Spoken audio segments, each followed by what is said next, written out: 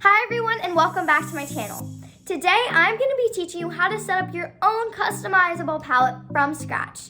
So let's get started. Alright, let's start with our customizable palette.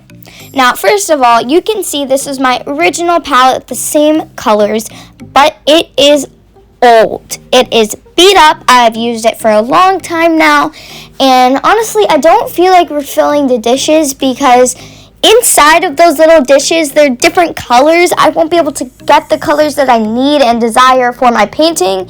And you don't get the greatest amount of pigment anymore because it's just old. And I don't even have any more space to mix in my mixing wells. I put acrylic on some of the mixing wells and it was not good acrylic paint. So it completely dried up. It's really hard to scrape out, and I got it in some of the wells. And also in different wells, I have like green. So I have like green and my yellow, which I don't know. It's just really old. So I was ready to start a new one from scratch, and I decided to do it with you guys to take you along on that journey and that process. Now, there is the palette that I'm using today has about 28 wells. So I picked out 28 tubes. Now, I want to talk a little bit about choosing your paint tubes, brands, and what you want to choose. Now, I took everything that I had on hand with me. I keep a little drawer of my paints, so I just grabbed a lot of them. But use any brand that you would like. I would not recommend using Artist Loft tubes. They don't work well. But my biggest tip for you is use the brands that you've used for a while. Even if you just bought a lot of paint and you want to test them out before you put them in. But the three main brands I'm using today are, first of all, the Art Whale. Now, Art Whale is an amazing set of professional paints at a very affordable price. I believe you get either 24, 36, or 48 pans. They range from like $30 to I think $60 or something like that. But you get a lot of paint. Then I'm using the Daniel Smith Extra Fine watercolors. I really like these watercolors. You get a lot of pigment out of them. So we have Daniel Smith, Art Whale, and then lastly we have Winsor Newton. Now Winsor Newton is by far my favorite brand out of them, but they can get expensive. They are not as affordable as the others, but I really love them. Now I'm using the Winsor Newton Professional over Cotman. If you are looking into selling your work, professional paints are way better. They look better once they're dried and they're more light fast. But yeah, that's what I really do love about these paints, is the pigment level, the transparency, and just the way they work for me, the way they feel, the butteriness, the smoothness. I love it. Now, filling your dishes, I want to talk about that a little bit. So, as you can see here, I'm pointing to where about how far I fill my dishes. Now, for the greens, on the 4 side ones, I fill them all the way up. Now, filling them up all the way for greens is a preference. So if there's a color that you like to use more, for example, you can put your blues there, your yellows there, whatever you want to put there, you can do. I just add them there because, I don't know, I like to. Now, here we're going to start by making our palette. So first I'm going to grab Mars Black, and I'm squeezing at the end. Now, if you have ever shared a room with somebody, you know that once you're about to open a new toothpaste, you need to squeeze at the end to not upset whoever you're living with. So make sure you do the same with these tubed paints. Squeeze at the very end so you can get the most out of that pigment and the most paint so that you can refill more times. The next color I'm going to be using is Van Dyke Brown from Art Whale. Van Dyke Brown is more of a blackish brown, and I do use it a lot. Now, I want to talk a little bit about how you don't need to start out with this many colors. I got these colors because I got them for my birthday, but, you know, don't feel the need to start out with professional paints, and even this many, you can have some, like, empty spots in your palette, so just remember that. Next, we have Sepia from Daniel Smith. Now, the consistency of these paints are different from each other. I'd say Daniel Smith is more liquidy, and I actually kind of like that. because it's not as liquidy as, like, for example, Sennelier. I really don't like Sennelier paints because they are so liquidy, and they just don't work. But yeah, so next we have Burnt Umber from Winsor & Newton Professional. And as you can see, this one is actually running out a little bit, so I'm squeezing at the end. But you can see I only have like enough for maybe one more dish at the most. But I want to talk a little bit about how much this paint will do. So I ordered 14 milliliter tubes, and each 14 milliliter tube has lasted me about maybe 4 squirts or so. Next we have Payne's Gray. It's not as much of a gray as it is a blue, so it's more of a darker bluish tone, like some different indigos, but this is Payne's Gray from Winsor & Newton Professional. Now I'm going to have indigo right next to it, and you can see there is a difference. In the next video that I'm coming out with, I'm going to be showing you the colors in my palette, almost doing like a review of them and how long they took to dry. But yeah, all that and a ton more will be going over in that video.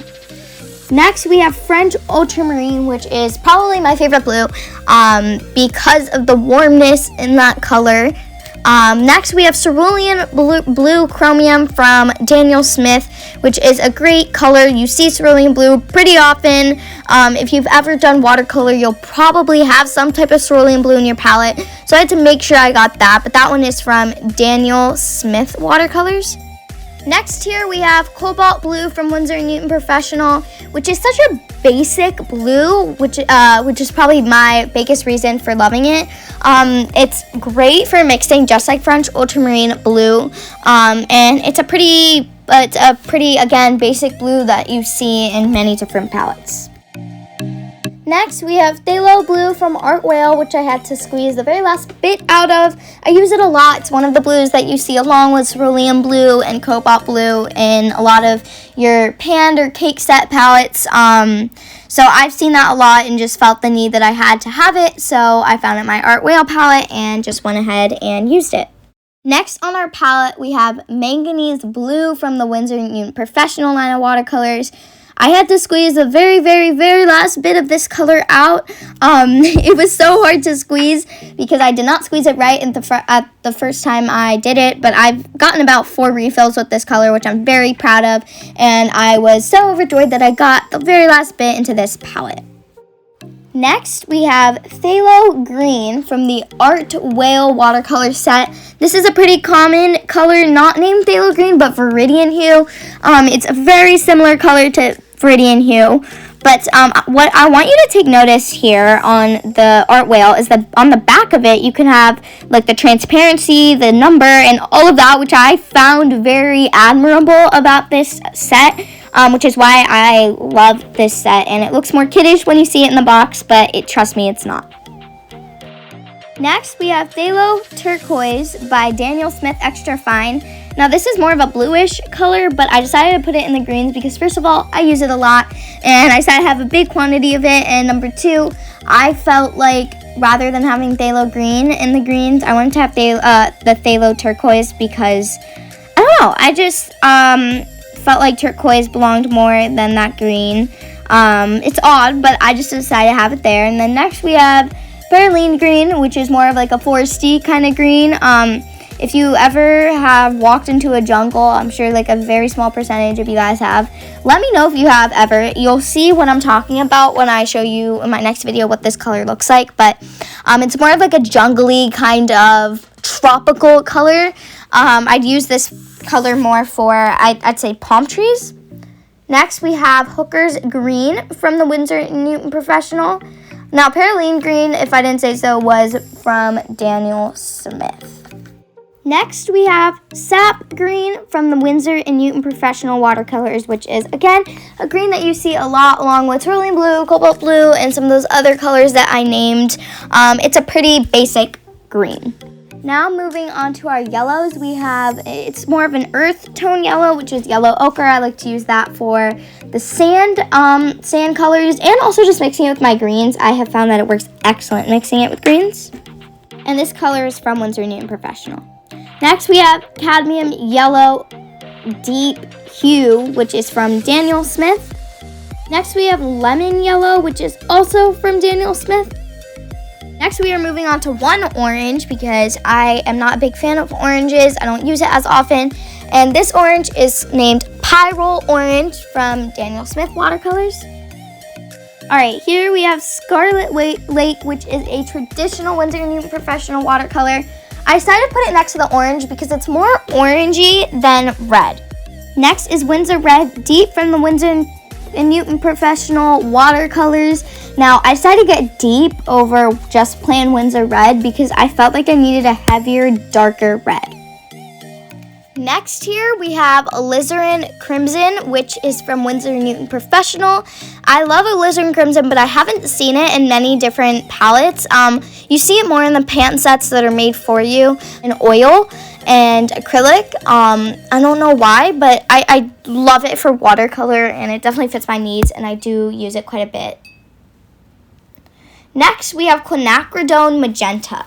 Now, as I was saying, I would really like to know why these names are Quinacridone Magenta, and Quinacridone Magenta is from Winsor & Newton Professional, but I don't know why we have the quinacridones, the cadmiums, the pyrroles, the phthalos. I don't even know why they are named that, but if somebody knows, let me know down below, because I would love to learn more about that. I was kind of planning like this whole research project, but if anybody has some facts for me, just let me know down below in the comment section. Next, we have Permanent Rose, which is also a great color from Winsor & Newton Professional Watercolors. It's not similar to the Opera Rose, which is about to be next. So next, of course, we have Opera Rose. They're different. Opera Rose is more of a neon-y color, and Permanent Rose is a darker, deeper color. But Opera Rose is also, again, from Winsor & Newton Professional Watercolors. We're getting down to our last two colors, which I'm really excited about. So next we have an Art Whale, which is Permanent Red Violet. I put it next to the purples because, you know, violet is more of a purplish, pinkish color. But I love this color because it's kind of like my Dioxazine Purple mixed with another pink. And next here is Dioxazine Purple by Winsor & Newton Professional. So we are done with our palette. I am so happy with it, and I can't wait to get to use it and let it dry. It needs to dry about 1 to 2 nights until it's completely dry, and then you'll be able to use it. But here is our finished palette. Thank you so much for watching this video. Don't forget to click that subscribe button and click the notifications bell to get notified whenever I post a new video. Have a great day, guys.